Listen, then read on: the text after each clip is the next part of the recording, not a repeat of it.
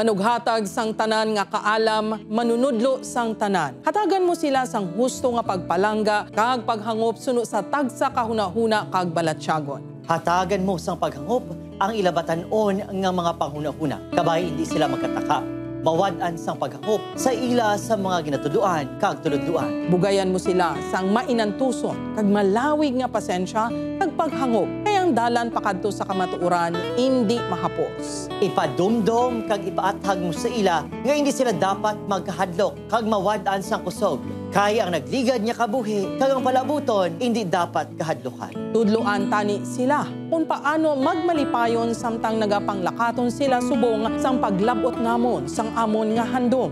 Hatagan kag bugayan ang mga manunudlo nga nauna sa amon, kag ang tanan nga nahimo kag ang ginpaamit nila sa aton napuslan manam.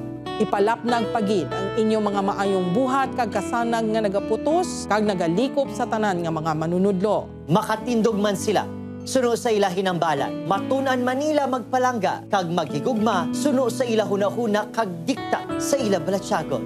Mapasanyog nila kag mapaatahag subong, mapaambit suno sa hutik sang ila tagipusoon. Kabay pa.